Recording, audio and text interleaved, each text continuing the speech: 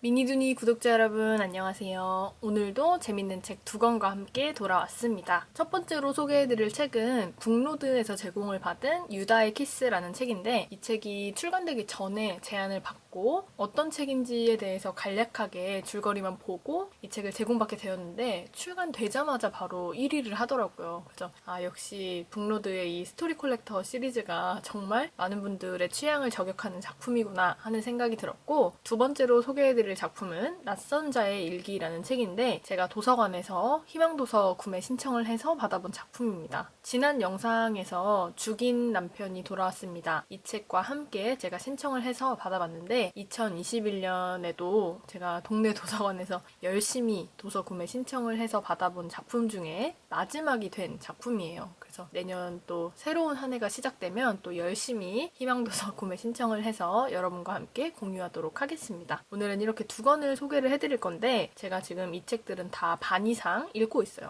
읽고 있는 부분 중에서 여러분들이 좋아하실 만한 또 흥미로운 줄거리들 위주로 한번 정리를 해봤습니다. 정말 재밌는 책들이니까 기대 많이 해주셔도 좋고 지금 바로 시작합니다.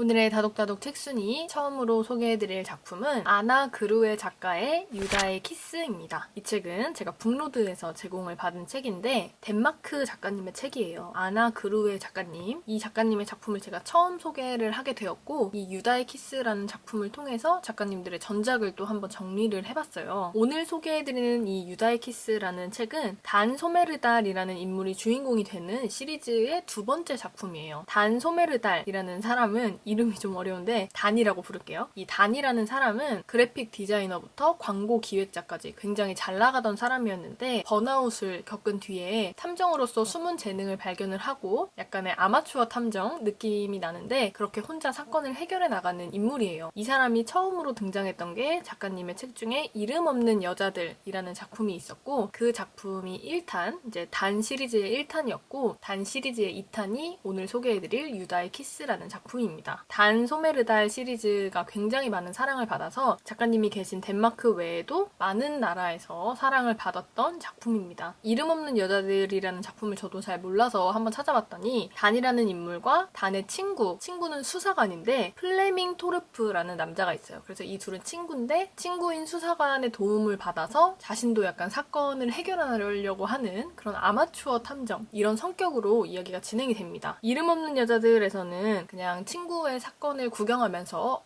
형사들은 이렇게 일을 하는구나, 나도 해보고 싶다 정도로 끝났다면 유다의 키스는 단 소메르달이라는 주인공이 본격적으로 자신이 혼자 단독 수사를 진행하게 되는 그런 내용입니다. 이 책은 두 가지 큰 사건이 발생을 해요. 첫 번째는 살인사건, 두 번째는 결혼 사기 사건인데 이 두 가지 사건이 연관이 없어 보이다가도 점점 이야기가 진행될수록 하나의 사건으로 연결이 돼 있음이 밝혀져요. 그래서 이 사건을 하나하나 설명을 좀 드리면 첫 번째 살인사건, 덴마크의 어떤 한 소도시에서 미카엘이라는 한 남자 인턴 사원이 자신의 집 헛간에서 피투성이 시신으로 발견되는 사건이 발생을 해요. 근데 이 미카엘이라는 남자애는 회사에서 IT 부서 쪽의 대학생 인턴 사원이었는데 며칠 동안 얘가 출근을 안 하니까 같은 팀의 직원이 집에 찾아온 거예요. 근데 집을 아무리 노크를 해도 반응이 없어서 주변 사람들한테 물어보니까 그 가족들은 여행을 갔고 아들은 아마 집에 있을 거다. 이래서 집을 다시 확인해 보니까 문이 열려 있었고 결국 이 남자가 헛간에서 피투성이 시신이 된 채, 특히 머리 부분이 구형 모니터에 깔려서 굉장히 잔인하게 살해당한 채 발견이 돼요. 근데 이걸 이제 회사 같은 팀 이제 직원이 발견을 하게 된 거죠. 그래서 이 사건을 아까 말씀드렸던 인물 중에 단 말고 단의 친구였던 수사관 플레밍 토르프라는 남자가 이 사건을 수사를 하고 있던 게 오늘 말씀드릴 내용 중 첫 번째 살인 사건이었고, 두 번째 어떻게 보면 더 메인 사건이죠. 결혼 사기 사건이 또 있었는데 우르슬라라는 여자가 등장해요. 이 여자는 이제 53살의 여자였는데 학교에서 미술을 가르치는 선생님이었어요. 근데 이 우르슬라가 수업을 진행할 때 필요한 미술 도구들을 구매를 하다가 그 거래처 대표였던 야콥이라는 남자를 만나게 돼요. 근데 이 사람은 우르슬라보다 24살이나 어렸어요. 29살 굉장히 젊은 남자였는데 이 남자를 보자마자 둘이 첫눈에 반했고 결국 뜨거운 사랑에 빠집니다. 거의 딸뻘인 이 연하남과 사랑에 빠진 우르슬라는 거의 사랑에 눈이 눈이 멀어요. 시간이 많이 지나고 나서 이 남자를 100% 신뢰를 하게 됐을 어느 무렵에 한 가지 큰 비밀을 얘기를 합니다. 우르술라에게는 아네모네라는 딸이 있었는데 그 딸과 우르술라 자신만 알고 있던 비밀을 야콥에게 털어놔요. 어떤 거였냐면 우르술라가 예전에 로또에 당첨이 된 거예요. 복권에 당첨이 돼서 이 금액 중 일부를 딸에게 돌려놓고 딸이 성인이 됐을 때 자유롭게 쓸 수 있게 이렇게 나눠놓고 또 그 금액의 또 일부는 자신이 갖고 있었어요. 근데 당장 쓸 생각이 없었기 때문에 그냥 묶어놓고 가지고 있었는데 이 야콥에게 처음으로 그 당첨 사실을 털어놓은 거예요. 근데 정말 너무너무 드라마틱하고 어이가 없게도 야콥이 그 얘기를 듣자마자 너무 억울하다. 나는 사실 오늘 당신한테 프로포즈를 하려고 했다. 근데 지금 이 상황을 보면 당신이 로또에 당첨됐다는 사실을 듣자마자 바로 기다렸다는 듯이 청혼을 하게 된 것 같아서 난 너무 억울하다. 이런 얘기를 합니다. 사기꾼 스멜이 살짝 나죠. 하지만 사랑에 눈이 멀었던 우르술라는 그러면 우리가 앞으로 노후를 위해서 이 돈을 어떻게 쓸지 같이 생각해보자. 이렇게 또 생각을 합니다. 그래서 결국에는 이 야콥이 우리가 나중에 노후에 같이 호텔을 운영하면 어떨까? 이런 아이디어를 내고 그 의견에 동의한 우르술라는 그 돈을 야콥에게 맡겨버려요. 근데 역시나 사기꾼 냄새가 진동을 했던 이 야콥은 당첨금뿐만 아니라 우르술라의 급여 통장까지 훔쳐서 잠수를 타버립니다. 엄청난 충격에 빠진 거죠. 돈도 잃고 사람도 잃고 정말 충격에 빠져있던 와중에 우르술라가 가르치던 제자 중에 라우라라는 애가 있었는데 이 라우라가 오늘의 주인공 단 소메르달의 딸이었어요. 그래서 이 라우라가 자신의 아빠가 어쨌든 형사 비슷한 경찰 비슷한 그런 사립탐정 역할을 하고 있으니 아빠한테 우리 선생님의 돈을 훔쳐간 그 야콥이라는 남자를 잡아달라 요청을 합니다. 그래서 이 딸의 요청을 거절할 수 없었던 단은 여러 사람의 조언을 들어서 본격적으로 이제 혼자 단독 수사를 시작을 하게 됐어요. 정신과 의사였던 아내가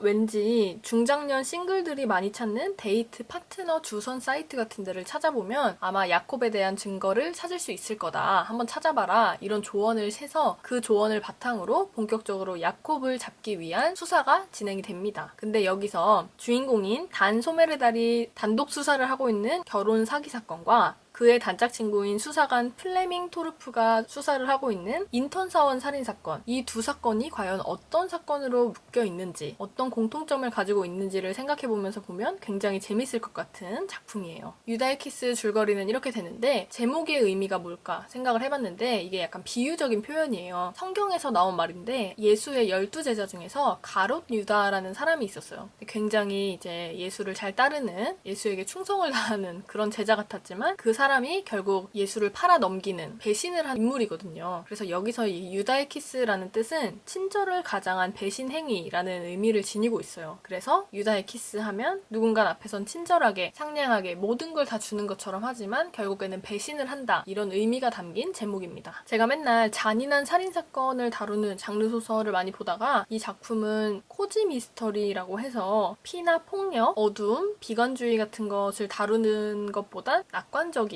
가볍고 익살스러운 느낌이 담긴 장르의 작품이라고 하는데 범죄 추리 미스터리물의 하위 장르 중에 하나인데 비교적 가볍고 편안한 느낌의 장르고 작은 소도시나 마을에서 사건이 발생을 하고 또 오늘의 주인공 단 소메르달처럼 전문 탐정이 아닌 아마추어 탐정이 사건을 해결하는 그런 특성을 지닌 장르가 코지 미스터리라고 하는데 잔인한 걸 좋아하지 않으시는 분들, 조금은 가볍게 추리물을 보고 싶으신 분들은 유다의 키스 정말 재밌게 보실 수 있을 것 같아요. 가장 핫한 작품, 오늘의 첫 번째 작품은 유다의 키스였습니다.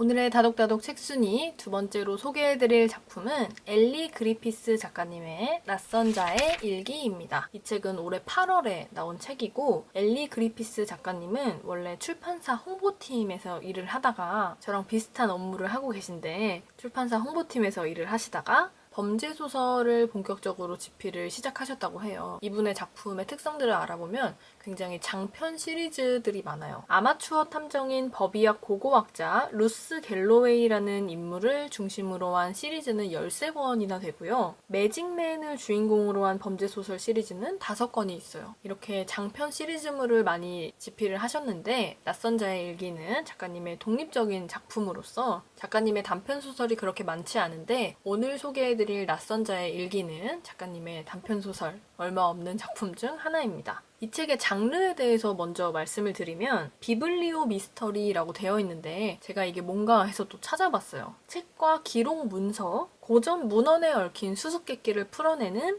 추리소설의 한 장르라고 해요. 제가 굉장히 좋아하는 소재인데 이런 소재를 다루고 있는 장르가 따로 있다는 걸 처음 알았어요. 그래서 비블리오 미스터리라는 장르의 작품입니다. 어떤 책이 중심이 되냐면 낯선 사람이라는 작품이 중심이 돼요. 본격적인 줄거리를 한번 말씀을 드리면 더 이해하기가 쉬울 것 같은데 주인공은 클레어라는 여자가 등장을 합니다. 이 사람은 선생님이에요. 고등학교 영어 교사인데 탈가스 하이라는 고등학교의 영어 교사예요. 이 사람이 일하고 있는 학교 탈가스 하이라는 곳은 굉장히 특별했어요. 왜냐면 아까 말씀드렸던 낯선 사람이라는 작품을 썼던 RM 홀랜드라는 작가가 이 작가의 서재가 지금 이 학교의 별관으로 쓰이고 있었어요. 그러니까 어떻게 보면 굉장히 전통 있는 학교였던 거죠. 빅토리아 시대의 고딕 소설 작가였던 RM 홀랜드, 굉장히 오래된 곳인데 이 작가의 공간을 기억하기 위해서 이 학교가 이 작가의 서재를 그대로 두고 보존을 해놨어요. 학교의 별관에 가면 RM 홀랜드라는 작가가 직접 사용했던 서재, 이 작가의 가족들 사진까지 놓여있는 정말 실제 공간이 전시되고 있었어요. 주인공 클레어는 학교에서 영어를 가르치고 있기도 하지만 이 RM 홀랜드라는 사람의 전기를 쓰고 있었어요. 그러니까 어떻게 보면 굉장히 좋은 조건이죠. RM 홀랜드가 썼던 서재, 그 학교에서 일을 하고 있고 또 자신은 전기를 쓰고 있고 어떻게 보면 거의 이제 이 작가의 전문가라고 할 수가 있는데 이 작가의 가장 대표적이었던 작품이 낯선 사람이라는 작품이었어요. 이 책을 끌고 가는 중심 소재가 되는 것도 낯선 사람이라는 작품입니다. 계속해서 등장을 할 예정이니까 한번 기억을 해두시면 좋을 것 같고 클레어가 일을 하고 있던 어느 날 사건이 발생을 합니다. 학교에 학과장이 찾아와서 엘라라는 선생님이 살해당했다고 얘기를 전합니다. 이 엘라라는 선생님은 클레어와 가장 친하고 항상 클레어의 편이 되어줬던 굉장히 힘이 많이 되는 친구이자 동료였는데 엘라가 살해당했다는 충격적인 사실을 전해요. 근데 그러면서 얘기를 했던 게 혹시 경찰이 와서 엘라와 나의 사이에 대해서 물어보면 그냥 모른 척 해달라 이런 얘기를 합니다. 사실 이 학과장과 엘라는 불륜 관계였어요. 학과장은 유부남이었는데 누가 봐도 지금 딱 자신이 의심받을 만한 상황이 되니까 한 발 빼면서 부탁을 한 거예요. 나 그냥 모른 척 해달라. 이제 그 엘라의 죽음에 관한 비밀을 밝혀내기 위해서 경찰들이 본격적으로 수사를 시작을 할 때 친했던 동료이기 때문에 탐문을 당하게 됩니다. 수사 과정에서 또 새로운 인물이 등장을 하는데 하빈더라는 형사가 등장을 해요. 엘라의 죽음에 얽힌 비밀을 본격적으로 알아내는 그런 역할을 맡고 있는 형사인데 이 하빈더라는 여자 형사가 클레어를 의심하기 시작해요.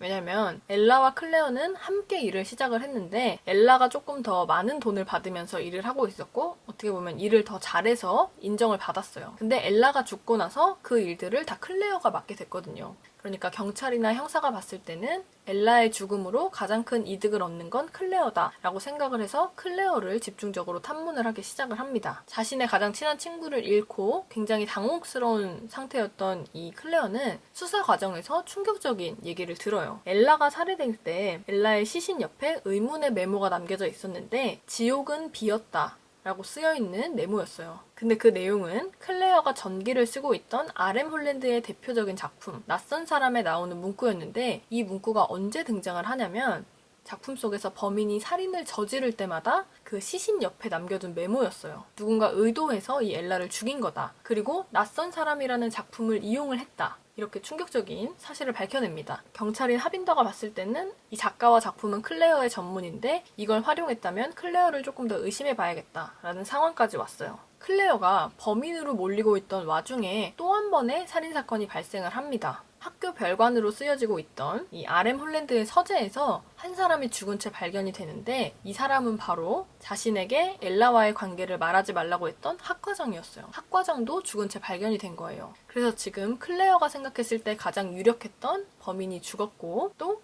경찰인 하빈더가 생각하는 클레어 역시 범인이 아니기 때문에 누가 어떤 이유로 엘라를 죽이고 학과장을 죽였는지 이 내용을 살펴보고 범인을 찾는 게 낯선 자의 일기의 핵심 내용입니다. 19세기 고딕 단편 낯선 사람이라는 작품에 숨겨진 비밀도 드러난다고 하는데 어떤 내용일지 정말 궁금하고 또 이 작품을 잘 아는 클레어를 속이기 위해서 여러 가지 증거들을 남기는 범인의 정체 과연 누구일지 한번 생각해보면서 추리하면서 보면 재밌을 것 같아요. 그리고 여기 나오는 주요 인물이 3명이 있는데 주인공 클레어와 클레어의 딸인 조지아 그리고 경찰 하빈더 세 인물의 관점이 교차하면서 서술이 되는데 처음에는 서로 갈등이 엄청나거든요. 서로 의심하고 갈등하는 이 세 여자가 시간이 지날수록 조금씩 서로 돕고 연대하는 모습을 보이면서 뭔가 편안한 마음을 느끼게 되는 또 그런 매력이 있는 작품입니다. 고딕 소설적 설정에 현대 스릴러의 요소까지 갖춘 낯선 자의 일기, 추리소설의 본연적인 재미를 느낄 수 있는 오늘의 두 번째 작품 낯선 자의 일기였습니다.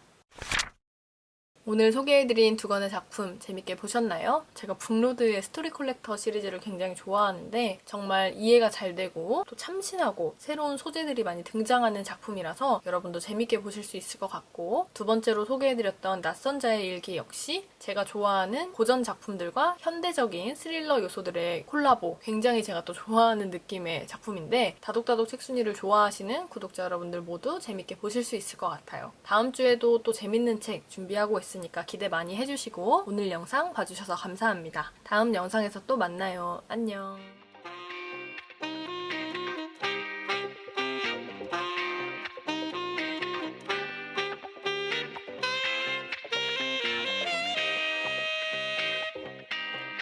Enchanté.